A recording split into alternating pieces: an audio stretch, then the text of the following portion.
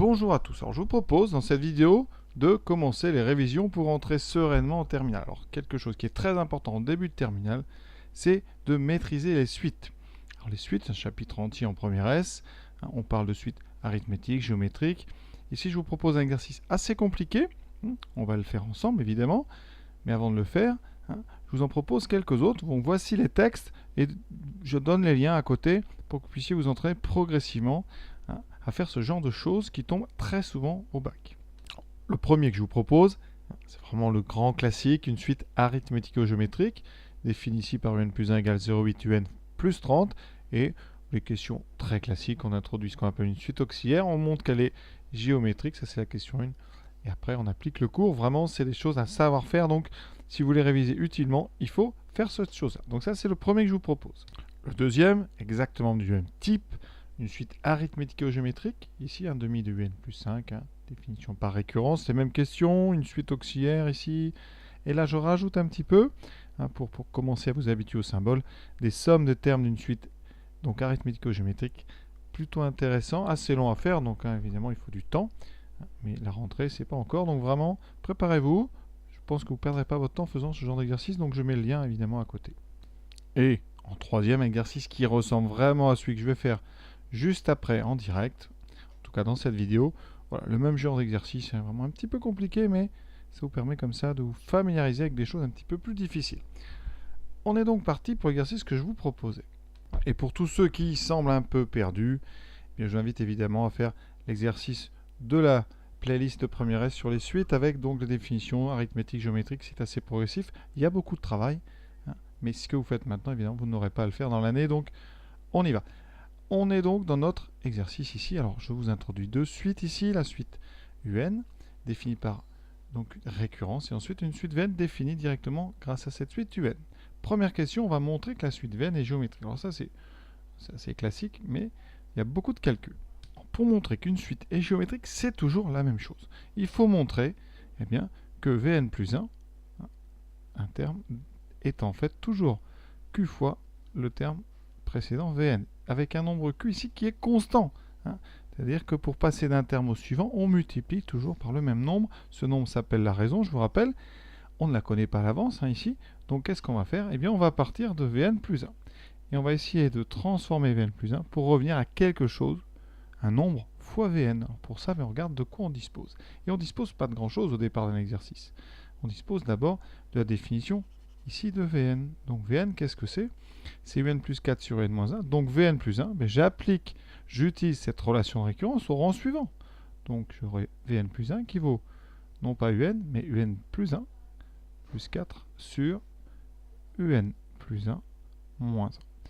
Voilà, ça c'est la première chose que je peux faire grâce à la définition de Vn. Et maintenant, eh bien, je vais utiliser la définition de la suite un, cette définition par récurrence ici, parce que c'est de là que je vais sortir un plus 1. Et donc, je vais repartir, et j'ai un plus 1, je vais avoir maintenant du un. Alors, il y a beaucoup de fractions dans ces exercices. Donc ici, j'ai 6 un plus 4 sur un plus 9 plus 4, et la même chose dessous, mais moins 1. Vous voyez, c'est des fractions, deux fractions, donc on a un petit travail. Ici, il faut être très rigoureux, et ça va passer. Au niveau notation, ici, le moins, il faut vraiment, ici, plutôt l'écrire ici, à cette hauteur-là, d'accord? Donc, je vais reformuler ça, réécrire ça plus proprement. Mais voilà, le moins, ici, on a un trait de fraction. On met donc tout au même demi-hauteur, en haut et en bas. Alors, en haut, je vais donc tout mettre sur un plus 9. D'accord? Donc, je fais un grand trait. J'aurai donc 6 un plus 4, qui était déjà sous le bon demi-hauteur. Et il me reste ici le 4. Donc, je vais avoir 4 fois un plus 9. Et je fais pareil dessous. Donc, je prépare un grand trait. J'aurai sur un plus 9. Et là, j'aurai donc alors 6 un plus 4, mais cette fois-ci moins 1, donc moins un plus 9. Alors, ici, on a une fraction sur un plus 9, et dessous aussi. Donc, quand on va transformer l'écriture, je vais vous montrer avec des lettres, si on a a sur b divisé par c sur b, et regardez ce qui va se passer, on aura a sur b multiplié par l'inverse de c sur b, donc par b sur c, et on a une simplification. Il me restera juste les deux numérateurs. Donc là, à la suite, le un plus 9 qui est ici va se simplifier avec celui-là. D'accord? Donc, qu'est-ce qui va me rester en haut? Donc, 6 un plus 4. plus 4un, plus 4 fois 9, 36. On va regarder, on continue. Il ne faut pas s'inquiéter, hein, ça va passer. On en arrive ici. Je simplifie encore, donc j'arrive, j'ai 10 un plus 40 sur, ici, donc 6 un moins un, 5 un moins 5. D'accord? Pour l'instant, ça va. Ne perdons pas de vue l'objectif, c'est de faire apparaître quelque chose fois Vn. Donc je dois faire apparaître Vn. En haut, j'ai un plus 4. Donc ici, l'idée, ici, un plus 4, moi j'ai 10 un, donc je factorise par 10. Ça va faire 10 fois un plus 4. Ça, c'est pas mal. On a fait apparaître notre un plus 4. Et dessous, vous avez compris, je pense, on va factoriser par 5 et ça fait apparaître un moins 1. Donc si vous faites les calculs correctement, à la fin on y arrive. Le 10 et le 5 se simplifient, il restera un 2. Mais 2 fois quoi? Vous avez bien compris, j'espère. Un plus 4 sur n moins 1, c'est tout simplement Vn. Donc il reste 2 fois Vn. On a fait le plus dur. Qu'est-ce qu'on a montré? Eh bien que quel que soit n appartenant à n, eh bien Vn plus 1, c'était 2 fois Vn. Oui, c'est quand même un exercice qui n'est pas simple. Donc un bon entraînement. Qu'est-ce qu'on vient de montrer?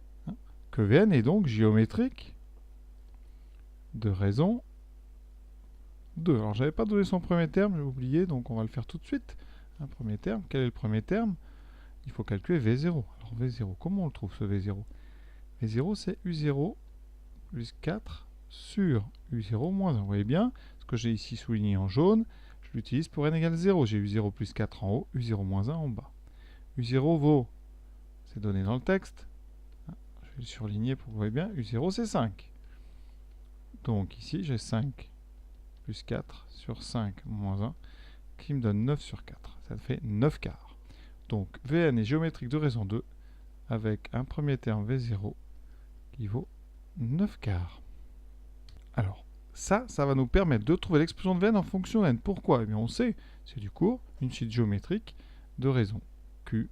Eh bien, son terme général Vn, c'est Q puissance n multiplié par V0.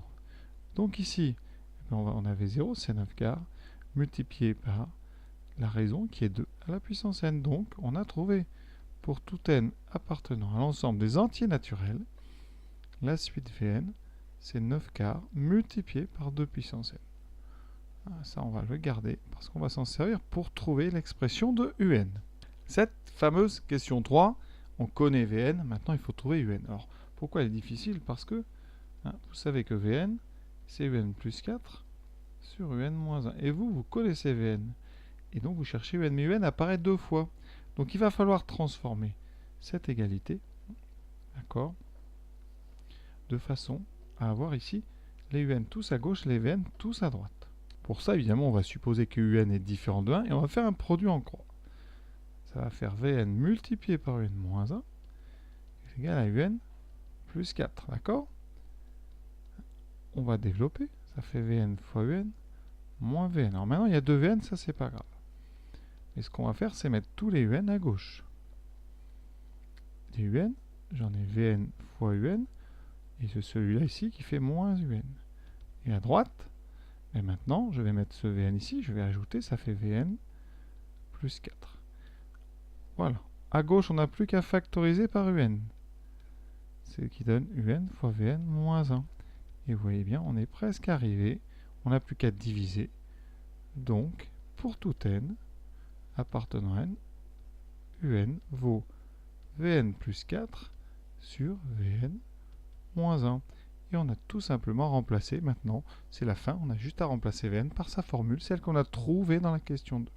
Et donc, on obtient le terme un général, c'est donc 9 quarts fois 2 puissance n plus 4 sur 9 quarts fois 2 puissance n moins 1. Alors, si vous voulez enlever les quarts, on met tout sur 4, ce qui fait 9 fois 2 puissance n plus 16 sur 4 sur 9 fois 2 puissance n moins 4. Et on a terminé, vous voyez, une jolie expression en fonction de n. Voilà, et ça, c'est valable pour tout n appartenant. Donc un exercice délicat, mais qui bien mené finalement, vous voyez, on y arrive. Arrive la dernière question sur les variations de la suite un. Alors ça peut être délicat. Comme elle arrive en dernier, on va utiliser la dernière formule qu'on a trouvée, on va se laisser guider. Et pour trouver des variations, vous savez bien, ici, on peut soit essayer de trouver directement, mais là, comme on a 2 puissance n en haut et en bas, ça va être assez délicat. Alors, il reste la quatrième question que je vais faire de façon assez subtile, hein, en transformant l'expression du n. Alors un, j'ai 9 fois 2 puissance n plus 16 sur 9 fois 2 puissance n moins 4. Alors on a 9 fois 2 puissance n en haut et en bas. C'est pour ça que c'est gênant, d'accord? Ce que je vais faire, eh bien, vous allez voir, en haut, je vais faire apparaître 9 fois 2 puissance n moins 4. Comment faire? Je rajoute moins 4 tout simplement. Comme je n'ai pas le droit de faire moins 4, je mets moins 4 plus 4, donc ça fera moins 4 plus 1. Vous voyez bien qu'en haut, j'ai bien 9 fois 2 puissance n plus 16. Et en bas, j'ai ceci. Et je vais séparer cette fraction en deux. Qu'est-ce que ça me fait? Ça me donnera 9 fois 2 puissance n moins 4 sur 9 fois 2 puissance n moins 4 pour le premier, plus 20 sur 9 fois 2 puissance n moins 4. Là, ça se simplifie.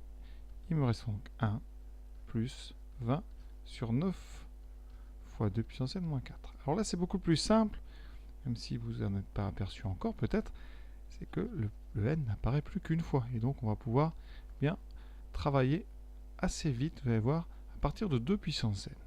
Alors, qu'est-ce que je peux vous dire? Eh bien, 2 puissance n, quand n grandit, c'est croissant, d'accord? 2 puissance 1 est plus petit que 2 puissance 2, etc. Je le multiplie par 9, donc assez simplement, si vous faites 9 fois 2 puissance n, c'est une suite croissante. Quand n grandit, 9 fois 2 puissance n grandit. Maintenant, j'enlève 4. On sait bien, quand on enlève 4, eh bien, la suite va rester croissante. Ça ne fait que décaler tous les termes de 4. Et là, je vais l'inverser. On inverse des termes positifs. Alors, pourquoi on sait qu'ils sont positifs? Parce que n est supérieur ou égal à 0. Donc, 9 fois 2 puissance n est supérieur ou égal, eh bien, à combien? Eh bien, 2 puissance n va être supérieur à 2 puissance 0, donc supérieur à 1. Donc, 9 fois 2 puissance n est supérieur à 9.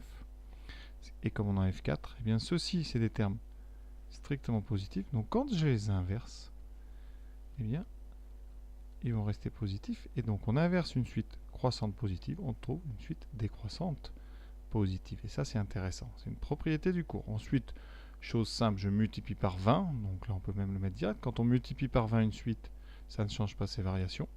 Et j'ai plus qu'à rajouter 1. Et vous avez bien compris, quand on rajoute 1, eh bien, ça ne change pas non plus les variations. Et donc, la suite, eh bien, un, elle va être décroissante. C'est une première façon de le faire, vous voyez, en construisant progressivement, hein, le terme général de la suite et en regardant à chaque fois si la suite reste croissante. Alors ça marche à chaque fois que vous aurez le n qui apparaît qu'une seule fois. La deuxième méthode, c'est quoi? De dire que n plus 1 est plus grand que n, d'accord? Ensuite, donc 2n plus 1 est plus grand que 2 puissance n, voilà. On multiplie par 9, on sait bien qu'en multipliant par 9, une inégalité ne change pas de sens. Donc on a ça. Vous voyez, je vais reconstruire progressivement à gauche un plus 1 et à droite un. On continue, on enlève 4. Quand on enlève 4 à une inégalité, elle ne change pas de sens. D'accord? Donc là j'ai moins 4, j'inverse. Alors là, j'ai montré tout à l'heure qu'on avait des termes strictement positifs, donc j'ai le droit d'inverser deux nombres positifs strictement. Donc ça inverse leur ordre. On obtient donc ceci qui est plus grand que l'inverse, mais avec une puissance n plus 1. D'accord? Et après, il vous reste deux étapes. La multiplication par 20, qui donne donc 20 sur 9 fois de puissance n moins 4, strictement plus grand que 20 sur 9 fois de puissance n plus 1 moins 4. On rajoute 1 partout. Qu'est-ce qu'on a fait? Bien, à gauche, vous avez Vn plus 1. Pardon, à gauche, vous avez Vn. Des bêtises, Vn. Et à droite, eh bien, vous avez Vn plus 1. Donc, Vn plus 1 est plus petit strictement que Vn. La suite Vn est donc décroissante. Elle est même ici strictement décroissante. Donc, voilà. Astuce évidemment importante, c'est de transformer l'écriture ici pour ne garder ici qu'une seule fois l'inconnu n. Sinon, l'exercice est un petit peu plus long, un petit peu moins d'intérêt. Donc voilà cet exercice de révision que je vous proposais. Donc il n'est pas évident, évidemment. Donc si vous avez trouvé ça difficile, bien faites les autres. Faites aussi réviser un petit peu les suites géométriques, des exercices simples, parce que quand même ces suites, ça tombe à chaque sujet de bac, vous avez des suites, c'est obligatoire. Donc il faut maîtriser ça, même si l'exercice vous paraît dur, bien, essayez un petit peu. Et à force de faire des exercices durs, bien les autres vous paraîtront très simples. Voilà. J'espère que vous avez bien progressé et bien révisé. Voilà, à très bientôt.